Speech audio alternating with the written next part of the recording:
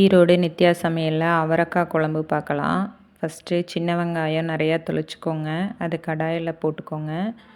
மல்லித்தூள், ஜீரகம், மிளகு, பொட்டுக்கடலை, தக்காளி, துருவன தேங்காய், உப்பு இதெல்லாம் எடுத்துக்கோங்க.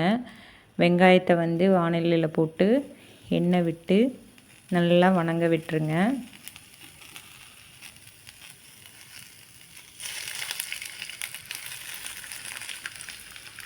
எண்ணெய் ஒரு 4 ஸ்பூன் ஊற்றுங்க. அப்படின்னா தான் வெங்காயம் நல்லா வணங்கும்.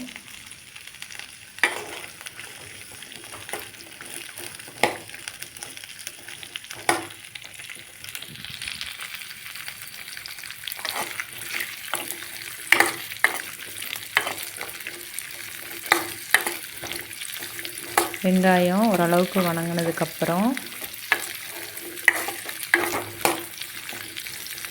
நல்லா ஹை ஃப்ளேமில் வச்சு வேக விடுங்க எண்ணெயிலேயே. 2 மிளகாய் போட்டிருக்கிறேன். நான் மிளகு காரத்துக்கு சேர்த்துறதுனால மிளகாய் கம்மியாக போட்டிருக்கிறேன். நீங்கள் மிளகாய் சேர்த்து போடுறதுனால போட்டுக்கோங்க. அந்த எண்ணெயில் படுற மாதிரி அந்த மிளகாயை வேக விடுங்க.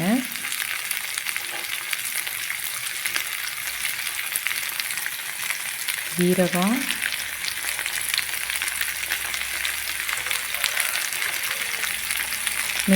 மிளகு சேர்த்து போட்டுக்கோங்க. மிளகு போட்டிங்கன்னா நல்லது. அதுவும் எண்ணெயில் படுற மாதிரி வணக்கிக்கோங்க.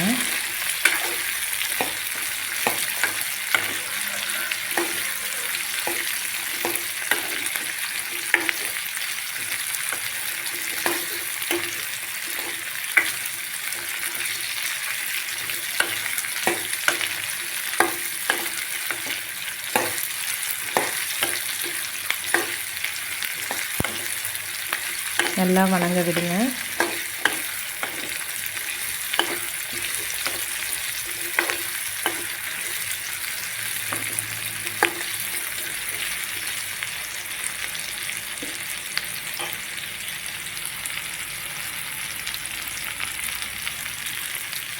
தூள் உப்பு சேர்த்துட்டிங்கன்னா இன்னும் வெங்காயம் நல்லா வேகும். அதனால் உப்பு சேர்த்திக்கோங்க.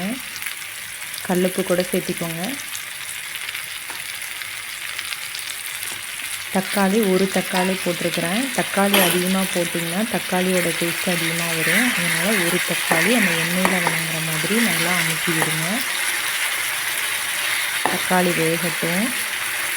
லைட்டாக அந்த எண்ணெயில் தக்காளியில் இருக்கிற தண்ணி வெளியே வர்ற அளவுக்கு வேக விடுங்க.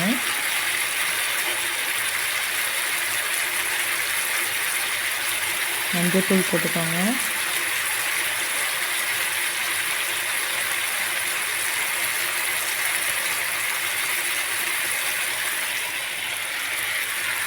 துருவன தேங்காய் போட்டுக்கோங்க.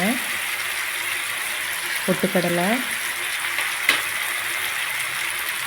மல்லித்தூள் சேர்த்திருக்கிறேன். மல்லித்தூள் போட்டுக்கோங்க. வேறு எந்த தூளும் நம்ம போட போகிறதில்ல.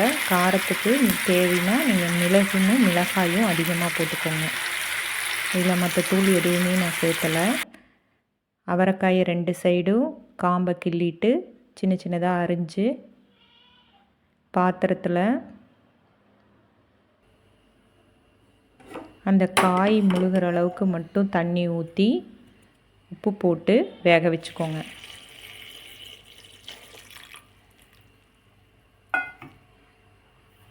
தண்ணி அதிகமாக ஊற்ற வேண்டாம். காய் முழுகிற அளவுக்கு ஊற்றுனீங்கன்னா போதும். உப்பு மட்டும் போட்டு வேக வச்சுக்கோங்க. ஒரு 2 நிமிஷம் தட்டு போட்டு மூடி நல்லா வேக வச்சுக்கோங்க. நம்ம வணக்கின எல்லாத்தையும் ஆற விட்டு நல்லா கலக்கி ஆற விட்டு மிக்ஸி ஜாரில் போட்டு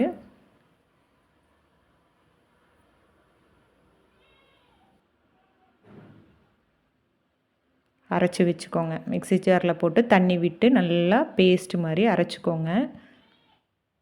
அதுக்குள்ளே இந்த அவரைக்காய் வெந்துடும். நல்லா வெந்துருச்சான்னு பார்த்துக்கோங்க. அதுக்கப்புறம் அவரைக்காய் வேகாது. அந்த கிரேவி ஊற்றுறதுக்கு முன்னாடி நம்ம அவரைக்காயை நல்லா வேக வச்சுக்கணும். வெந்துருச்சா இல்லையான்னு செக் பண்ணிக்கோங்க.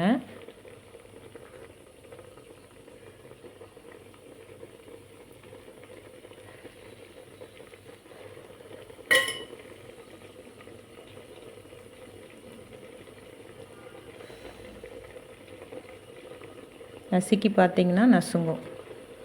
அது மாதிரி இருந்தால் ஓகே. அவரைக்காய் வெந்ததுக்கப்புறம் அரைச்சி வச்ச விழுதை ஊற்றிக்கோங்க. அந்த ஜாரில் வந்து தண்ணி ஊற்றி அதை கழுவி ஊற்றிக்கோங்க. தேவையான அளவு கெட்டியாக வேணுமா தண்ணியாக வேணுமா, எந்த அளவுக்கு உங்களுக்கு வேணும் அப்படிங்கிற அளவுக்கு நீங்கள் தண்ணி ஊற்றிக்கோங்க. இதில் ரொம்ப கெட்டியாக வேணும்னா பொட்டுக்கடலை சேர்த்திக்கோங்க. ஒரு 5 மினிட்ஸ் நல்லா மூடி வச்சு நல்லா கொதிக்க வச்சுருங்க.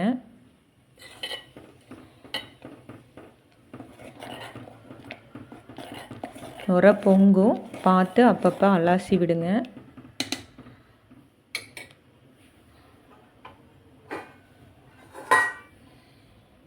மூடி வச்சு இன்னொரு 5 மினிட்ஸ் நல்லா கொதிக்க விட்டீங்க அப்படின்னா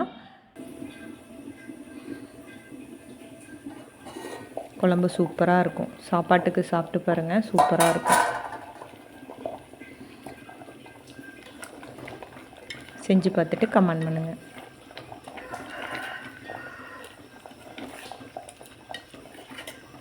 Thank you for watching.